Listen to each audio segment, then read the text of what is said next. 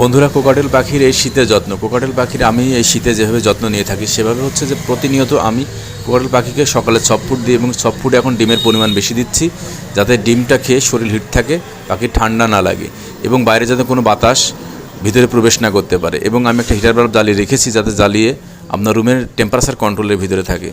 তো সফট ফুডের ভিতরে আপনি এখন শীতের ভিতরে গাজর এবং বরবটিটা ইউজ করবেন।